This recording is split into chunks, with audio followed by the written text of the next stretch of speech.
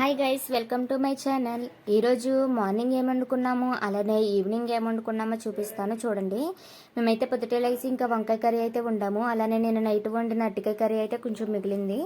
ఇంకా అన్నం కూడా అయితే వండేసాము. అలానే బెండకాయ కర్రీ కూడా అయితే వండేసుకున్నాము. పొద్దుటే ఇంకా వంట అయిపోయిన తర్వాత వంట చేయగా వచ్చిన గిన్నెలన్నీ అయితే మేమైతే క్లీన్ చేసేసాము. ఇంకా గిన్నెలన్నీ క్లీన్ చేసి ఇల్లు కూడా మొత్తం ఊడ్చేసుకొని ఇంకా అప్పుడు టైం అయితే ఆఫ్టర్నూన్ అయిపోతుంది కాబట్టి ఇంకా మేమైతే కొంచెంసేపు రెస్ట్ తీసుకున్నాము. అలా రెస్ట్ తీసుకొని ఈవినింగ్ లేచిన తర్వాత ఈవినింగ్ కర్రీకి చుక్కుడుగా అయితే వండాలనుకుంటున్నాం. దానికోసం ఉల్లిపాయ, పచ్చిమిరపకాయ, టమాటా అలానే చుక్కుడుగాయలను కూడా కట్ చేసి పెట్టుకున్నాను. పొయ్యి మీద కాబట్టి తొందరగా వండుకుంటే మంచిదని ఇంకా తొందరగానైతే మొదలు పెట్టాము. ఉల్లిపాయ, పచ్చిమిరపకాయ అయితే వేసుకుని అవి కూడా మంచిగా వేగేంత వరకు అయితే వేపుకోవాలి. ఆ లోపు అవి వేగేటప్పుడు మా అమ్మమ్మ అయితే గిన్నెలు అయితే కడిగేసింది.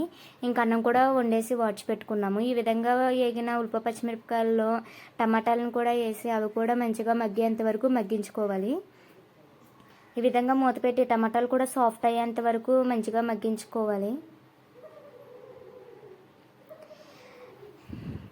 ఇంకా మళ్ళీ ఇప్పుడు మధ్య మధ్యలో కలుపుకుంటూ టమాటాలు కూడా మెత్తబడేంత వరకు మగ్గించుకున్నాను.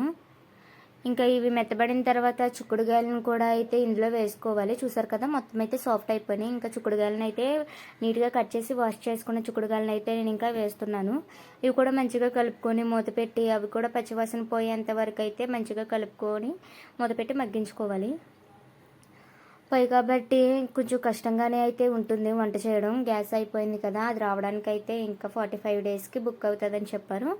ఇంకా ఈ 45 డేస్ తర్వాత మేము బుక్ చేసి అది రావడానికి కొంచెం టైం పడుతుంది.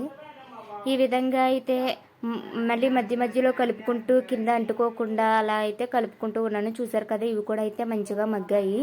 ఆయిల్ కూడా మంచిగా కనిపిస్తుంది.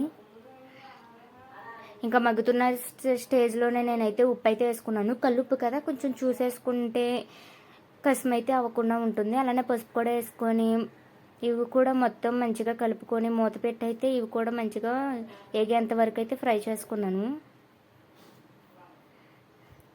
ఇంకా ఇప్పుడు మూత పెట్టి కొంచెం సేపు అయింది, మళ్ళీ ఓపెన్ చేసి చూస్తున్నాను. ఈ విధంగా అయితే ఆయిల్ కూడా మంచిగా పైకి తేలుతుంది. ఇప్పుడు ఇంకా నేనైతే కారం అయితే యాడ్ చేసుకుంటున్నాను. మా టేస్ట్కి సరిపడగా నేను పచ్చిమిరపకాయలు ఆల్రెడీ ఎక్కువే కోసాను. అలానే కారం కూడా మేము స్పైసీగా తింటాం కాబట్టి కొంచెం ఎక్కువైతేనే వేసుకున్నాను. మీరైతే మీ స్పైసీనెస్కి తగ్గట్టు అయితే కారము, పచ్చిమిరపకాయలు అవన్నీ చూసి వేసుకోండి. ఈ విధంగా కారం కూడా యాడ్ చేసుకొని అది కూడా మంచిగా చిక్కుడుగా ముక్కలకి పట్టేంత వరకు బాగా కలుపుకోవాలి. కలుపుకొని ఒక 5 మినిట్స్ అలా మంట మీద ఉంచుకుంటే అదైతే మంచిగా కారం పడుతుంది. ఇంకా 5 మినిట్స్ అయిన తర్వాత నేను ఇంకా వాటర్ అయితే యాడ్ చేసుకున్నాను.